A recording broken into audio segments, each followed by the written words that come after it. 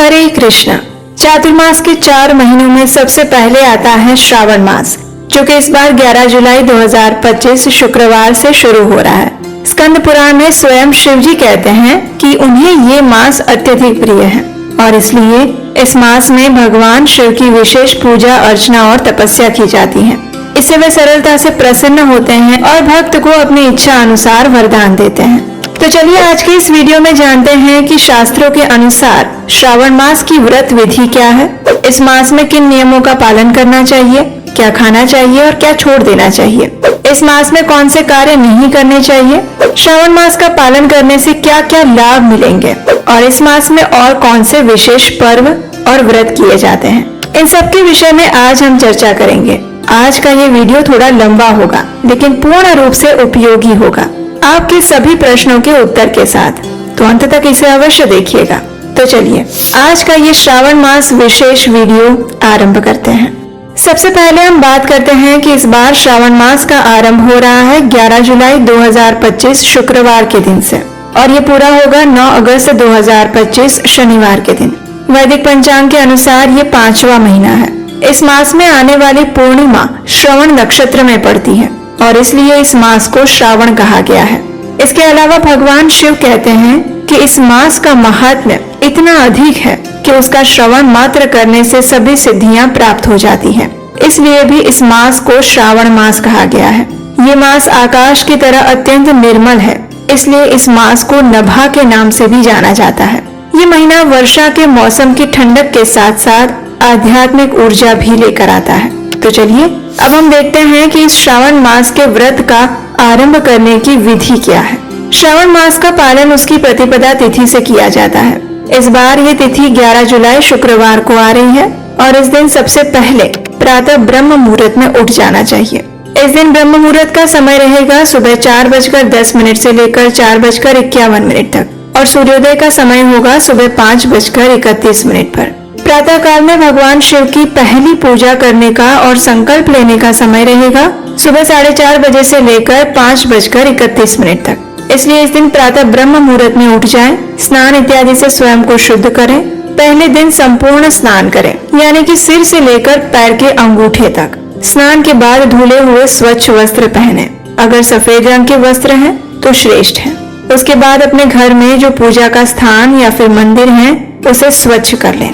उस पूरे स्थान को गंगाजल छिड़क कर पवित्र बनाएं। उसके बाद भगवान के लिए कुछ मीठा भोग बनाएं और उसे भगवान को अर्पित करते हुए उन्हें जगाएं। अब मंदिर में या पूजा के स्थान पर भगवान शिव की प्रतिमा, शिवलिंग या फिर उनके चित्र की स्थापना करें। उन्हें स्वच्छ आसन पर स्थापित करें। उनका आवाहन करते हुए उन्हें अपने घर और जीवन में आमंत्रित करें। शिव पंचाक्षर मंत्र का जप करते हुए उनकी पूजा करें। अगर शिवलिंग या प्रतिमा है तो पंचामृत से उनका सबसे पहले अभिषेक करें। उसके बाद उन्हें निर्मल जल से अभिषेक करके वस्त्र से स्वच्छ कर लें। अब उन्हें चंदन, कपूर, बेलपत्र, दूर्वा, धतूरे के फूल इत्यादि अर्पित करें। उसके बाद उनकी आरती करें और फिर धूप तथा दीप अर्पित करें। भगवान शिव का पूजन समाप्त होने के बाद अब हाथ में गंगा जल लें और इस श्रावण मास का संकल्प लेते हुए इस मंत्र का उच्चारण करें। प्रातः स्नानं करिष्यामि ब्रह्मचर्य व्रते स्थितः भोक्ष्यामि नक्तं भूषय्यां करिष्ये प्राणिनां दयां प्रारब्धे अस्मिन् व्रते देव यद्यपूर्णे म्रियेयहं तदा संपूर्णतां यातु प्रसादाते जगत्पते। इसका अर्थ है, हे जगतपते भगवान शिव, इस मास में मैं प्रतिदिन प्रातः काल स्नान करूंगी, ब्रह्मचर्य व्रत का पालन करूंगी, नक्त भोजन करूंगी, पृथ्वी पर सोऊंगी और प्राणियों पर दया करूंगी।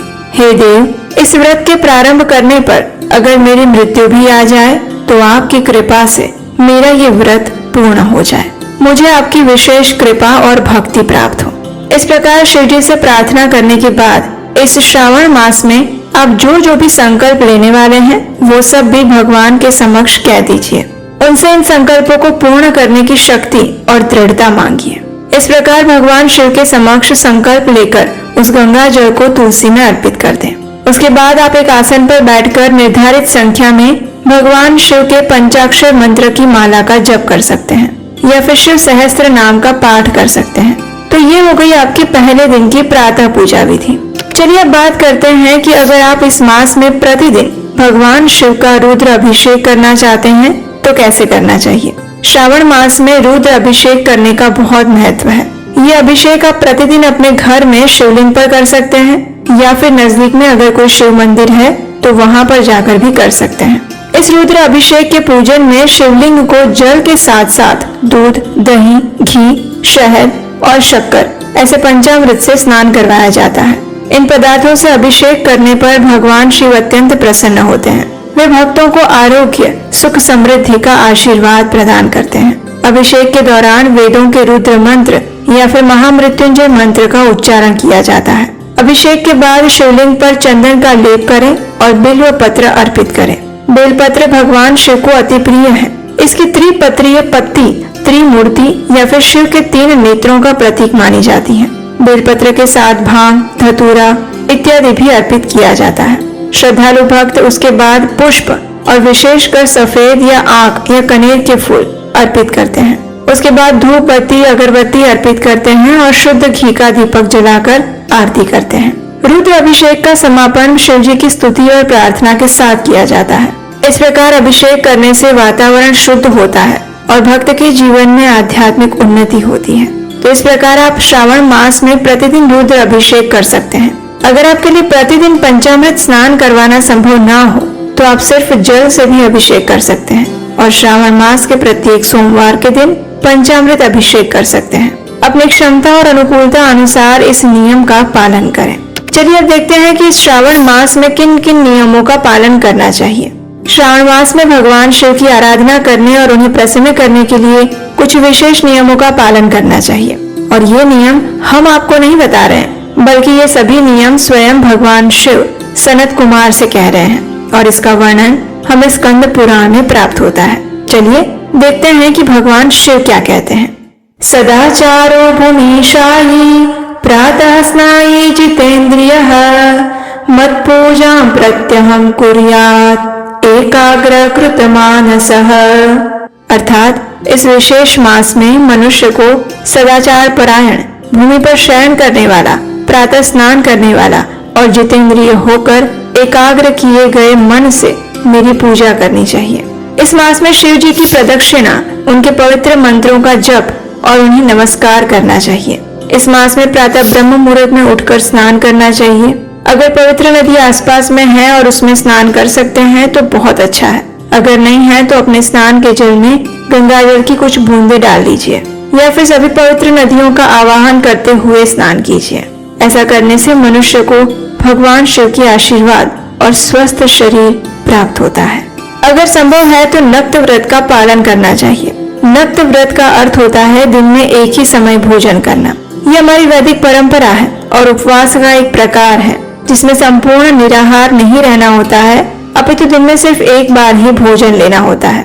कई भक्त ये नक्त व्रत निर्जला के साथ करते हैं, यानी वो पूरा दिन जल और अन्न दोनों का त्याग करते हैं और रात्रि में एक ही समय इन दोनों का सेवन करते हैं। कुछ भक्त निर्जला नहीं रखते, यानी कि वो दिन में जल लेते हैं, दूध लेते हैं, फल लेते हैं और फिर रात्रि में अन्न भोजन लेते हैं। और कुछ भक्त सिर्फ दिन में जल के साथ भी ये नक्त व्रत करते हैं। आप अपनी क्षमता अनुसार इस व्रत को कर सकते हैं।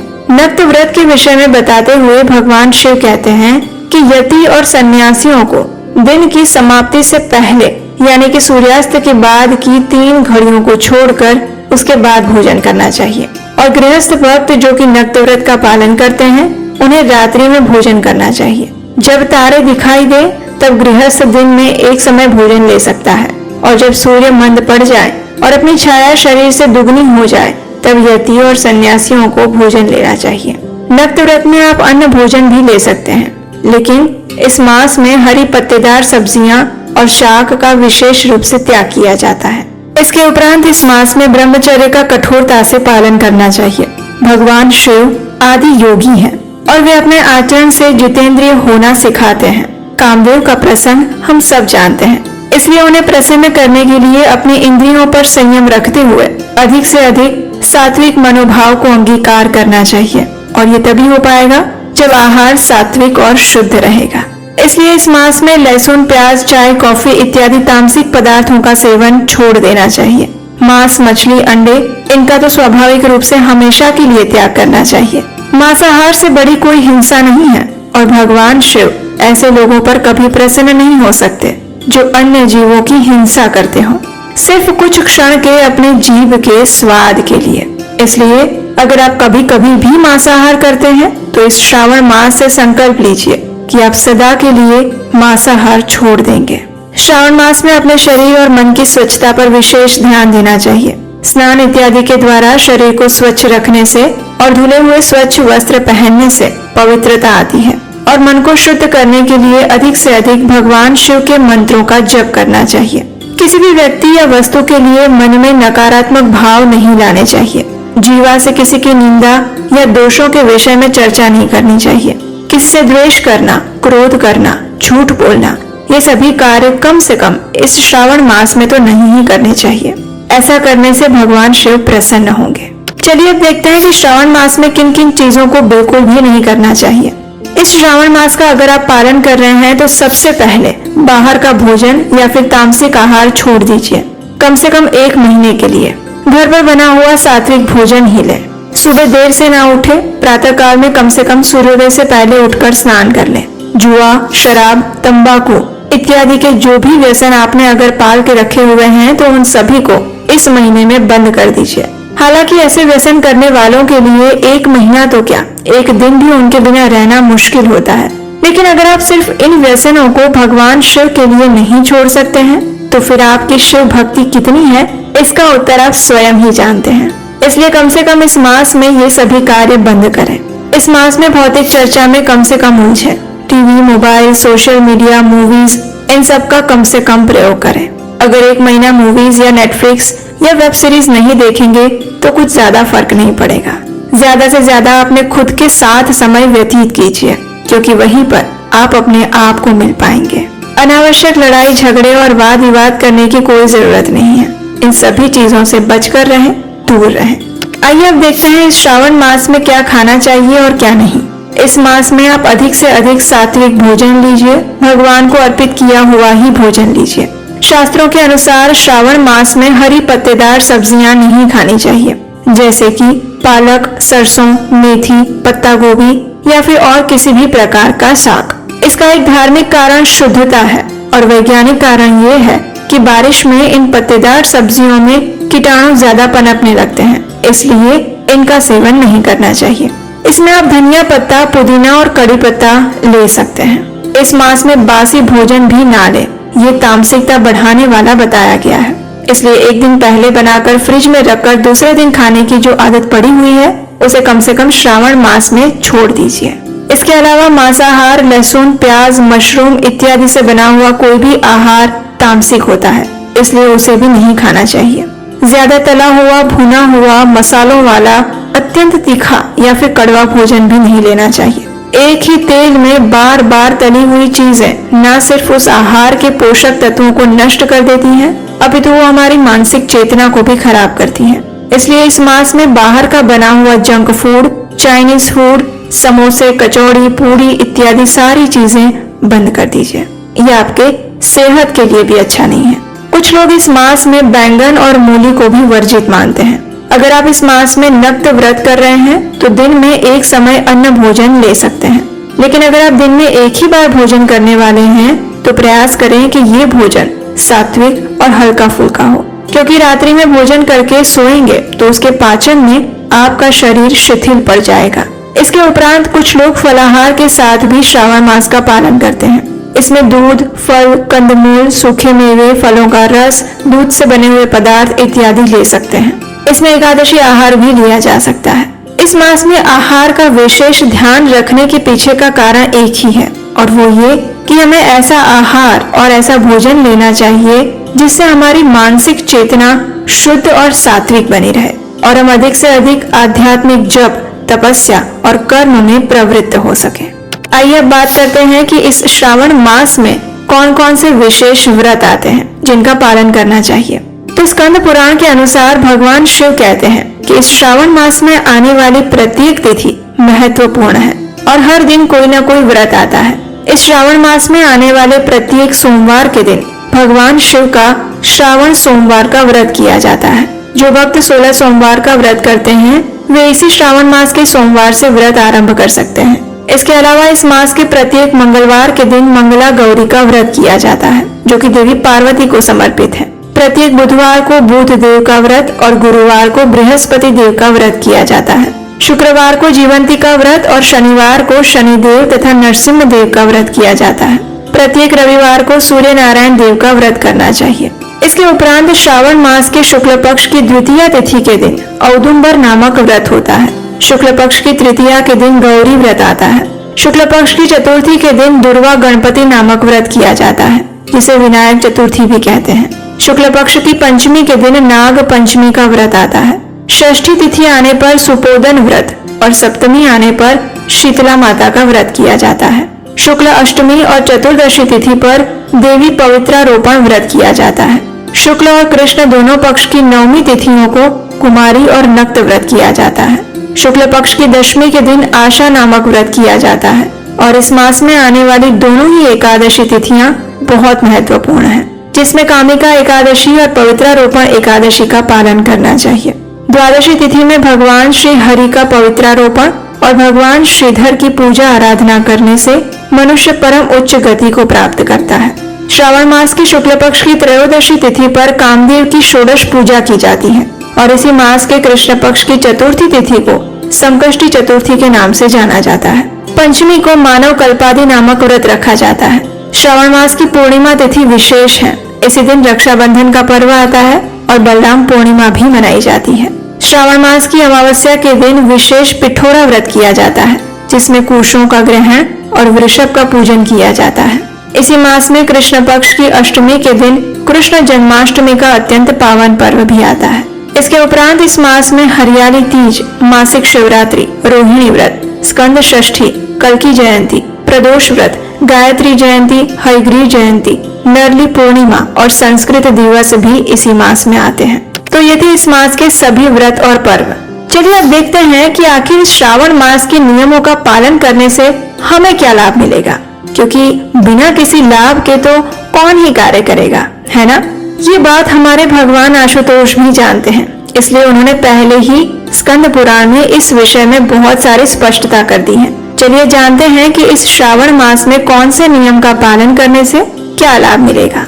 भगवान शिव सनत कुमार से कहते हैं कि इस श्रावण मास में जो भी सत्कर्म किए जाते हैं और नियमों का पालन किया जाता है, उसका अनंत गुना अधिक फल प्राप्त होता है। जो व्यक्ति इस मास में अपनी कोई भी प्रिय वस्तु का त्याग कर देता है, वो इस लोक में और परलोक में लाख गुना बढ़कर उसे अनंत रूप में पुनः प्राप्त होती है।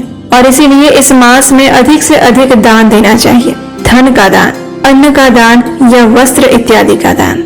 इस मास में जो व्यक्ति रुद्र अभिषेक करता है, उसके मंत्रों के पाठ के अक्षर की संख्या से एक एक अक्षर के लिए करोड़ करोड़ वर्षों तक वो रुद्र लोक में रहकर सम्मानित होता है। पंचामृत से अभिषेक करने वाले मनुष्य को अमरत्व प्राप्त होता है। जो मनुष्य भूमि पर शयन करता है, उसे 9 प्रकार के रत्नों से जड़ी हुई सुंदर कोमल वस्त्र से आच्छादित, 10 तकियों से युक्त, रत्न निर्मित दीपों से मंडित, हाथी दांत की या फिर चंदन से बनी हुई उत्तम शैया प्राप्त होती है। जो इस मास में ब्रह्मचर्य व्रत का पालन करता है, उसके वीर्य की दृढ़ पुष्टि होती है, उसका ओज, बल और शरीर की स्वस्थता बढ़ती है। जो निष्काम भाव से ब्रह्मचर्य का पालन करते हैं, उसे ब्रह्म तत्व की प्राप्ति होती है। और जो सकाम भाव से ब्रह्मचर्य का पालन करता है, उसे स्वर्ग और सुंदर देव कन्याओं की प्राप्ति होती है। इस मास में दिन में या फिर रात्रि में या फिर सिर्फ भोजन करते समय भी जो मनुष्य मौन व्रत धारण करता है, वो महान वक्ता बन जाता है। वो सभी शास्त्रों में कुशल और वेद वेदांगों में पारंगत बनता है। उसकी बुद्धि बृहस्पति के समान बन जाती है। मौन व्रत धारण करने वाले व्यक्ति को व्रत के अंत में घंटा और पुस्तक का दान देना चाहिए। इतना ही नहीं, इन सब के ऊपर इस श्रावण मास के व्रत का पालन करके मनुष्य भगवान शिव की विशेष कृपा प्राप्त कर सकता है और इस दुखों से भरे हुए असार भव सागर से पार हो सकता है। और यही सबसे बड़ा लाभ है जिसकी कामना हम सबको करनी चाहिए। तो ये थी आने वाले श्रावण मास के विषय में संपूर्ण जानकारी। हमें आशा है कि आज के इस वीडियो में आपको बहुत सारी ऐसी जानकारी मिली होगी जो आपके लिए उपयोगी होगी और शायद आपने पहली बार भी सुनी होगी। अगर ऐसा है तो हमें नीचे कमेंट बॉक्स में लिखकर अवश्य बताइएगा। और इस विशेष श्रावण मास में हम प्रतिदिन आपके लिए भगवान शिव की सुंदर कथाएं और श्रावण मास की महात्मा की पौराणिक कथाएं भी लेकर आने वाले हैं। तो अगर पहली बार आप इस चैनल पर आए हैं तो आपके अपने इस चैनल उपदेशाष्टकम को सब्सक्राइब करके रख लीजिए, नोटिफिकेशन ऑन रखिए। और अगर श्रावण मास की ये जानकारी आपको अच्छी लगी है और उसमें कुछ भी आपको मूल्यवान लग रहा है तो उसे जल्दी से आपके परिवार के उन सभी सदस्यों को, सभी रिश्तेदारों को शेयर कर दीजिए जो कि श्रावण मास का पालन करने वाले हैं, ताकि उन्हें भी पता चल जाए कि आखिर इस श्रावण मास का पालन शास्त्रों की विधि अनुसार कैसे किया जा सकता है। और हम आपसे मिलेंगे ऐसे ही सुंदर पौराणिक कथाओं के साथ, व्रतों की, पर्वों की शास्त्रोक्त जानकारी के साथ बहुत जल्द आपके अपने चैनल उपदेशाष्टकम पर। हरे कृष्ण।